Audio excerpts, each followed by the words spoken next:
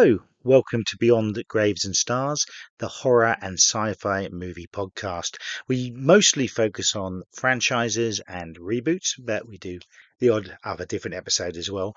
Currently looking at the Tomie franchise, a bit more obscure for us. They're Japanese movies based on a manga. And I'm joined by Adam Whybray, film scholar and friend of mine. He does the Still Scared podcast as well, and he's joining me for these. And this is the fourth one. We're doing these a bit different. Normally, we've either seen the films before or done research on them or both. But this time, we're just watching the films, then straight afterwards having a conversation about them. This is the conversation on the fourth in the franchise, Re-birth.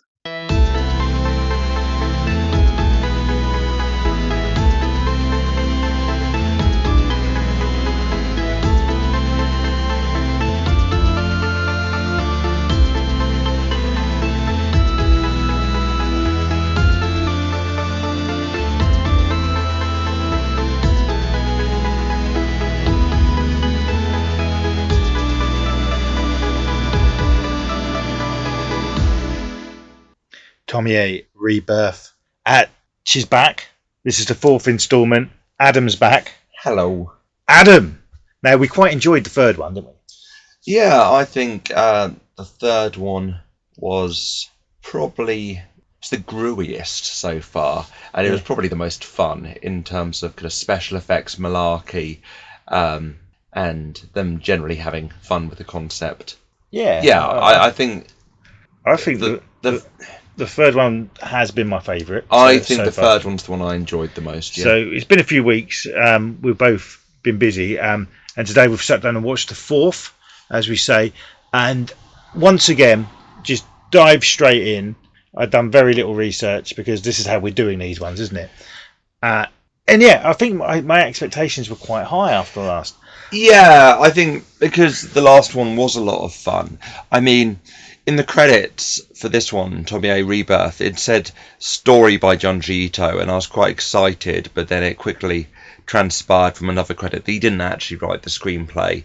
But again, this is the second time we have a Tomie painting. Yes. Which is rendered quite nicely. In this one, the painting comes more to the fore, and that's from one of Ito's earlier Tomie stories, in which it's a bit like the Lovecraft story Pickman's Model, basically. So you've got a painter infatuated with Tomie trying to paint her, but the actual painting comes out looking like some kind of eldritch monstrosity. Yeah, a strong start to this film, I'd say, with that opening with the painter. It's a decent start. I don't think it's as strong as the start to Tomie Replay in the hospital. Yeah, that was which was mental with the young girl, disturbingly young girl with Tomie being birthed from inside her belly and the head coming out. That was something with the third one. The budget was higher than the second, a lot higher, and it focused more on the visual horror style. And we mentioned that there's even it felt like a lot of body horror in it. Yeah. Whereas this one, I feel the budget has been cut again. Yeah. This isn't a TV movie like the second one. Though. No, it doesn't look as down market as the second one. But it's focused more on the story and the characters. The little bit I did read about it before was it was criticised for being very slow and very quiet. This one's like existentialist Tomie. Yeah. It seems to be trying to explore the kind of psychology of the men who fall under her thrall, and maybe Tomie herself more, and vaguely, loosely questions about existence and what is it to be a person, what is it to have a singular existence, what is it to be a being like Tomie who's seemingly immortal and gets reborn and reincarnated in different forms. And maybe some of these questions might have more resonance if you grow up in a culture with a traditional belief in reincarnation. Yeah Right. Obviously we're coming from a broadly Christian culture that doesn't have much stock in reincarnation. So maybe some of these questions, aren't as like pressing. Yeah, If you haven't grown up with the idea of reincarnation That's being, very true. being Yeah, a thing. so a big cultural difference there. Yeah. But I just want to stress that the criticism I read, I didn't find it boring at any point. I didn't find it boring. I mean, it doesn't really settle down on one character, which is a bit odd. It goes a bit. You think it's going to be about the artist guy from the beginning. Yeah. And it isn't. That's what I'm going to say.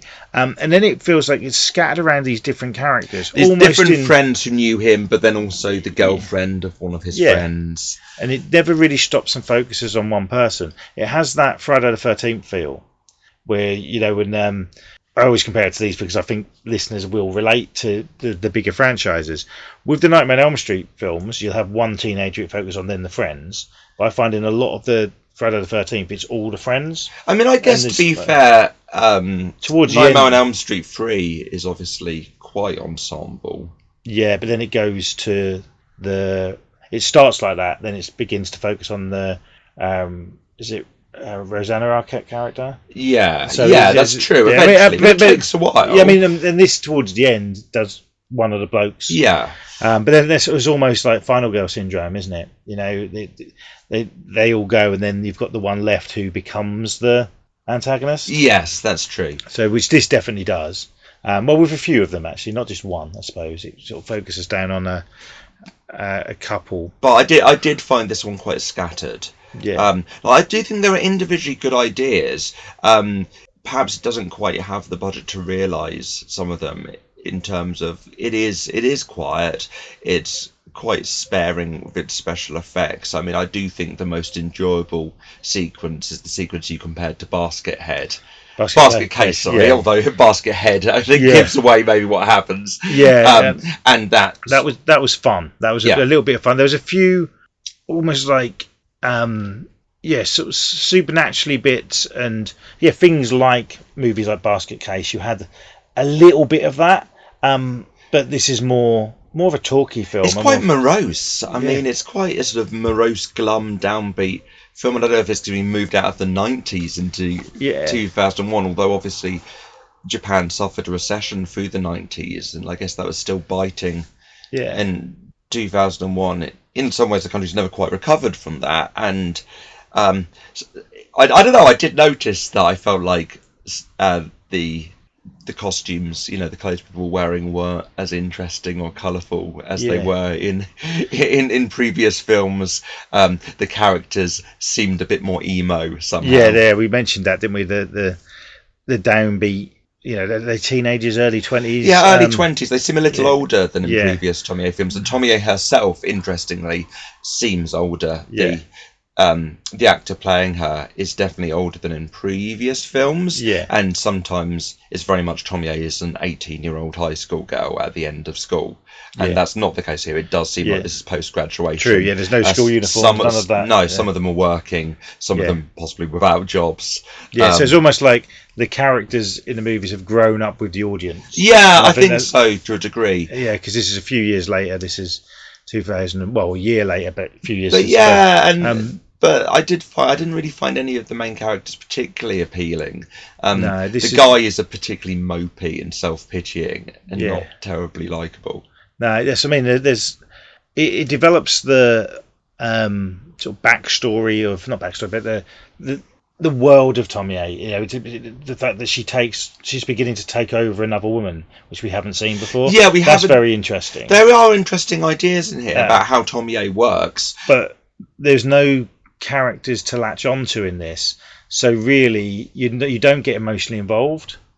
I think that's an issue with this. And I know we've said in the others it's been a bit like that, but the characters have been a lot more likable than in this. I think and there's been more comedy relief in the others. Yes, there was you were saying there was a kind of comedy relief character in the last one. The last one just felt more of a rounded, enjoyable popcorn movie, which I think with something like this, it's either got to be proper dark, and in that way with sort of J-horror maybe get a bit brutal for that sort of fan base, or you need that more commercial popcorn side Freddy Krueger and it is inherently a very dark premise, the idea of this sort of young woman who's getting kind of murdered over and over again and yet gets reborn, and the sort of pathology of the guy is but also this idea of Tomie kind of bringing out the kind of toxic aspects of people, and yeah, there's obviously it's kind of problematic, but it's problematic in this kind of interesting, unsettling way. A bit like we've both recently seen Obsession, and obviously Obsession's a much more kind of interesting, complex film than any of these so far. But there's links. But there are links, definitely. And the themes of it about the word obsession and obsessing over people, which is, I think, because the movie Obsession is doing the business. There's going to be more films based around this, and you've got to think this is 25 years before, and it's always been there with these sort of obsessing over people to a scary degree. There's a scene in this where a guy, and I was thinking about this as I was watching it, a guy who's in love with Tomie because under the spell, instead of trying to impress her to get her on his side or to woo her like you would in real life, he's screaming, shouting. He has a bit of a fit on the road. And that shows how being obsessed with somebody, with anything, makes you totally unaware of your behaviour, which is very scary. And that's where people can be dangerous. And that comes out in this, and that obviously comes out in Obsession. And with these movies, I think the scary thing is they've got the weird basket case style scenes, and there's the gore in some of them. This one's more stripped back, obviously. But the scary thing is it's showing what, in a way, falling in love can do to a person. I think that's what Ito in the original comics. I do think that's sort of what he's interested in. And that's, I hate to say it, we can all relate, especially when we're younger. Well, that's what frustrates me with some of the critical reaction I've seen online, maybe especially amongst younger viewers to Tomie, is I think a lot of guys, not to Tomie, sorry, to Obsession, is I think a lot of guys have been very keen, seemingly, to distance themselves completely from the protagonist / maybe antagonist of Beast. Not Beast, Bear, who becomes a bit of a beast, or is a bit of a beast. But I've seen a lot of guys in particular saying, no, I hated him from the start. And it's like, well, actually, I wonder if there's a bit, methinks he doth protest too much, that a lot of guys are so troubled by any aspects of themselves they might see in this main character. They're very keen to quickly denounce him, say no, I found him completely despisable and unlikable from the go-get. And actually, I think the film actually does a very good job of making you understand where he's coming from, even as he becomes really toxic, and even though he's done something awful. Actually, I think it for me at least, I could see aspects of my younger self in him in a way that made me uncomfortable. I think that's deliberate. As a teenager, we all had crushes, and we all had, and everyone has said or thought, "Oh my God, I'd do anything to be with that person." And if you say you haven't thought that, I said, you're full of shit. And that tendency you have when you're young to idolise, right? To put someone on a platform and abstract them, and to not see the whole human being, but to actually see a kind of simplified, reduced version. I think that's something that's quite common for young people, to be absolutely honest. And Tommy, all of these films have shown that. That's the point of the character, I think. It's almost like she wants to bring this out of people, but Tomie herself, on some level, and we saw this in the last film and a bit in this one as well, wants to be understood. She gets bored because obviously she's eternal, and she kind of hates the fact. She hates being called a monster, which you see a bit in this bit. As soon as she gets called a monster, she always throws it back out as, "You're the monster." And it's like, on some level, she knows how to be desirable and how to get guys to be attracted to her. But really, I think she does want to be loved for her monstrosity and in her monster form.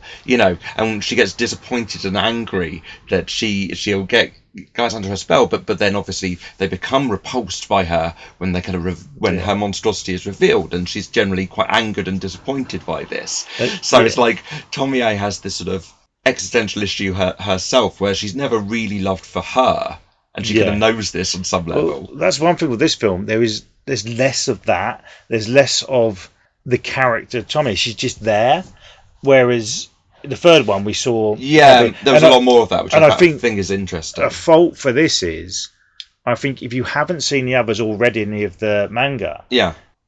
she'd come across as just a boring character. Yeah, You need she's to not know- as interesting. You need to have seen to know about Tomie, because she's- otherwise the expansion of the lore isn't as interesting. Yeah. Whereas thinking about the fact that Tomie here can potentially kind of rebirth herself through others, Yeah. and kind of almost infect other women and girls and kind of Yeah. take them over is quite interesting And in terms of the lore expansion. That's what this film does. That's the best thing for me about this film was the whole she's taking over another person. Yeah. And if it wasn't for that, I think this would be a run of the mill. Oh, it'd be very generic. And it would be on par with one of the three stories, In the if second not worse than Yeah. one of because it would feel and drawn it is out. repeating some of the But saying that all that, I still enjoyed it. As you say, but I wasn't really bored throughout. Like, just wanted more. As in, we had that expansion, but I wanted more. I don't know, just something a bit more fun, a bit more. I think you're right. I think either if I was writing one of these, I think I'd have to make a decision early on. Am I leaning into the dark? Because you could easily. I think I said this before, or maybe I can't remember if I said it on the podcast or to a friend, but you could totally do a more feminist reworking of Tomie as a sort of avenging angel for murdered women. Yeah, we did. Right? We did mention it. Yeah, and you could do that, and it could be disturbing and a bit like the Candyman reboot. Yeah, like you could do one dealing with kind of social issues in a way that's disturbing and unsettling and is effective. Yeah. Or you could be like, right, we're going completely gonzo, and we're going to lean into the body horror, and Tomie being a lot more maniacal and having a lot more fun, like she seems to a bit more in the third film, enjoying being evil. Yeah, Whereas this one doesn't really commit to either approach. No, this one, it feels like they've just churned one out, and then they've got to do something to expand it. So they've put in the taken over of the other character. Then it just felt, I don't know. I was hoping it would get just, you know how, I'm not saying they were better, but when we done Phantasm, they were just getting a bit daft and more fun each film. I was hoping this was going to go that way. Well, yeah, I mean, Phantasm has the advantage of having the same team, obviously, every time. And I think one thing that really gives the Phantasm films their charm is you have the sense of a team that's growing older together and enjoying making these films together. And it does feel like a family project on some level. Yeah. I think that goes a long... Because the Phantasm films obviously have their flaws. I think that goes a long way to making them enjoyable. It is. I mean, it's like, I know this is because I grew up watching them. I'm going to say, like, say the Police Academy movies. Yeah, it's that ensemble cast who they get together every year or so. They're all friends. They have fun making it. Whereas this is like the studio or whatever just want to churn another one out. It feels more cynical, yeah. And also going back to what you said before about if it was done now, if it was more feminist point of view, if it was done now, I think it would be. Oh, totally. I think this franchise, I don't know when the last one was the actually made. 2000s was a weird time for horror generally. I think the 90s and 2000s was a time where everybody thought the world was getting better and there was less misogyny and there's a kind of complacency and films racism and stuff. But looking back, it was just, things were just kind of worded differently and it was the same. It's funny. If you look at something like, I can't believe some of the humour in the American Pie movies.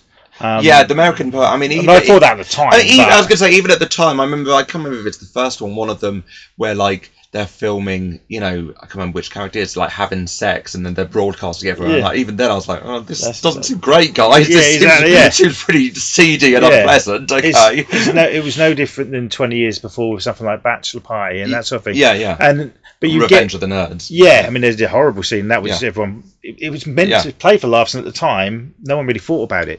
But that's 40 years ago. But when it comes to horror, and you look at the slasher films and the nudity and stuff, a lot of these films they did throw in to get certain people to watch it, but they still had brains behind them. You look at a film like what's the one? There's a franchise, and they're all directed by women. Oh, Sleepaway Camp. Not Sleepaway Camp. I forget what it's called. I'm looking at the Blu-rays. Slumber Party Massacre. Oh yeah. Which they're all directed by women, and it was very subtle. And then when they'd done the reboot a few years ago, everyone got it. Everyone got the what it was getting at. And sometimes I don't want that. Sometimes I find, it depends on it. Like I felt very divided on the Candyman sequel reboot. Like part of me really, there are aspects of it I really liked, but it's pretty heavy-handed in what it's doing. It's not subtle, and sometimes sometimes I get a bit frustrated at, say, I didn't see In Fairness Together, and I know a lot of people loved it, but sometimes when you've got this sort of central metaphor, like it's about the toxicity of a codependent relationship, and then we're going to work through that metaphor very clearly. And sometimes I want things to be a little bit fuzzier, a little bit more awkward. I mean, one reason I freaking loved Weapons, and this is interesting because this seemed to be something that a lot of people reacted against online, is I like the fact that it was messy, that it's not clearly an allegory for one thing or another. A lot of people said, oh no, I hated the fact that it seemed like it was going to be an allegory for school shooting and it didn't follow that through. Now, I really like the fact that actually it's not easy to map onto one reading or another. I thought it made for a much more interesting film. Yeah, I mean, going back to Candyman, it's like the original one is a good supernatural horror with an underlining message, whereas the remake, which I do like, is a message with an underlining horror film. You know what I mean? I would agree with that. And but I think it was well made, and that's the way to bring back Candyman. I think it worked, and I think you could do something with Tomie Re that would work along those lines. I mean, it is interesting in terms of Junji Ito, whether there's misogyny in his work. Like, I'm always sort of on the fence about it. I think it's not like, say, quite with Lovecraft, where Lovecraft is racist, right? You can't really argue. You can't argue against it, and it's so bound up with the horror. With Ito, it's like, I think to a degree, he's really interested in sort of fixations and obsessions, and you could say, well, in our society, that often takes the case of romantic and erotic obsession, and he's just sort of reflecting this. He clearly has a kind of type of, like, sort of dark-haired, like often sort of dark eyeliner, sort of youngish women. Like, there's a Tomie Re type that crops up again and again, not even just in the Tomie Re comics, of evil young women in his comics. Definitely, you can tell when he was younger what kind of woman he feels screwed him over. There's this aspect. And I have read his adaptation of No Longer Human, and the original, it's really a sort of autobiographical novel, has aspects of misogyny, and he totally doubles down on those in his manga. And I find it very hard to know when he's being prescriptive, when he's being descriptive. And and maybe that's true of some good horror, right? It's like people often talk now, I see online, about the problematic aspects of Stephen King, and people saying, did you realise that there are these disturbing scenes in it, or did you realise there are these and it's like, but to be honest, that might be partly what makes Stephen King interesting. Maybe the fact that he was an addict during the writing of some of his great novels, and that they have some pretty troubling stuff in. Maybe that's what's given them longevity on some level. And I don't think Stephen King's some kind of terrible monster, but clearly there's an aspect of exercising unsavoury parts of himself in his writing. I mean, if he was... it's difficult, because I think he has been more, maybe probably say, a troubled man. But that's where the horror comes from. We wouldn't have it without that. So, and we've all got faults, right? I have loads of them. I try to acknowledge them, own them, and better myself. And through art, you can get that out there. I mean, I think David Lynch is a great example of this. I love the fact that so many people when he died talked affectionately about him. I was very reassured that even Isabella Rossellini, and there were parts of Blue Velvet, I'm like, oh gosh, this is very uncomfortable. But even his ex-wives speak very well and very fondly of Lynch, and I was like, well, okay, this is good. This suggests that he was a pretty decent guy. But clearly, if you watch Lynch films, you would think, hey, this guy has a lot of hang-ups. And yet there's something amazing about the fact that Jennifer Lynch can watch Eraserhead and say that she loves and finds it a beautiful film, when it's a film about her dad's fear about her being born. But the thing is, this is where this great stuff like this comes from. There are no Ned Flanders in the world, right? People need to know this. Yeah. Everybody, and this is why a big thing in horror at the moment, because of the way the world's going, is have you seen a film for years where the religious character is actually the good guy anymore? No, that's really true. It actually. all comes out that and that's because, and I feel bad. I'm not. Yeah. I have no specific faith, Yeah. right? But people who have, I feel bad for the ones who it gets them through life. They believe it, they love it, and it's their. You know, it's like for me what horror films are, Sure. right? But more so. Yeah. And then it gets this bad reputation by a few people who've manipulated it and ruined it, and it's cynical evangelical preachers. And then and I feel bad for them. They haven't hurt anyone. They mean well, and as long as they don't throw it in your faces, that do what you want. You know, and religion for years. I know it's caused so many wars, or whatever, but it's also been a good, for morals and that sort of thing. It's helped people get through life and help people more. But like with everything, it can get ruined by a few people.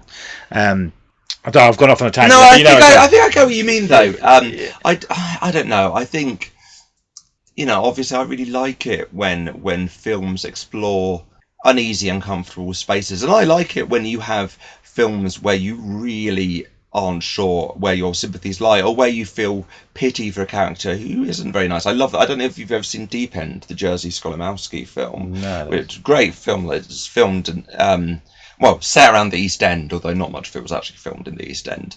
But it's one of those films I used to show it as a film lecturer at Suffolk, and some students would really react against it because they'd be like, "What's the message here?" And who are you meant to root for? And I'd be like, all of these characters are damaged, troubling people. Yeah. It's not a film. There are films, there are moments where you care about characters who then do awful things. Yeah. Right? It's not an easy film, but I don't think it's meant to be. Exactly. That's fine.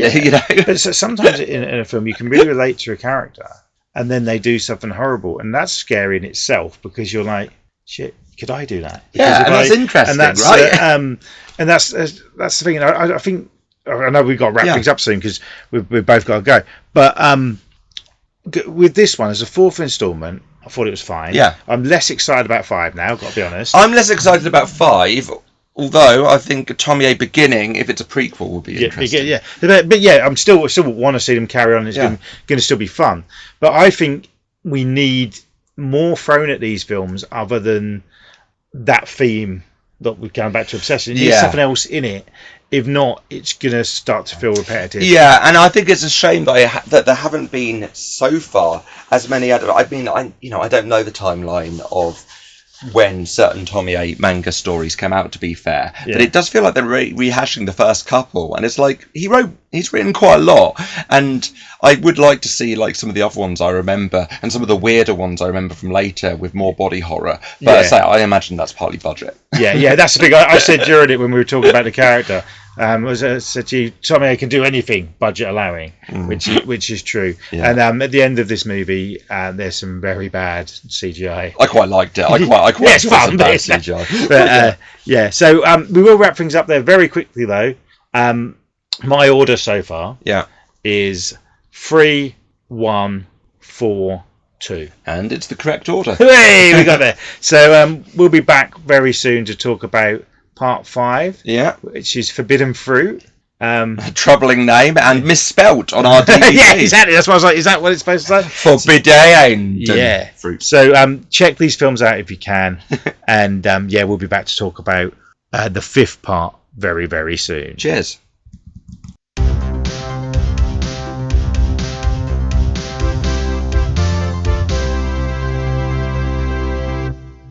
Okay, I just want to add that things have slowed down a bit with the podcast over the last few months. A fair few things have happened in my personal life and work-wise. Nothing too serious, so don't you worry. But I've not been able to put in as much time as normal.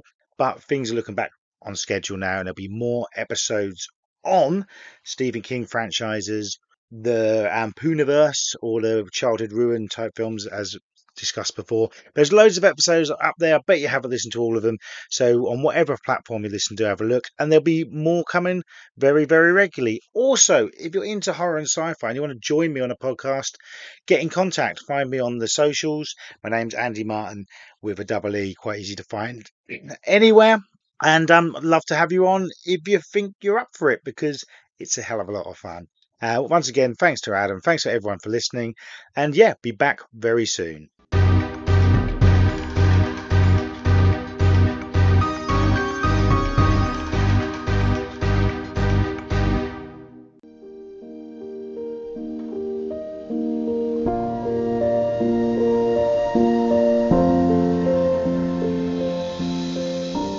Hi, I'm Jem. And I'm Victoria. And we are childhood best friends with a true crime podcast called The Criminal Crack. During each episode, one of us presents a true crime case to the other. And the listener has no idea what the case will be. So every reaction, question and twisted theory you hear is genuine and off the cuff. So join us fortnightly on the platform of your choice. And find us on Facebook, Instagram and TikTok by searching @The Criminal Crack. Bye-bye! Keep on trucking!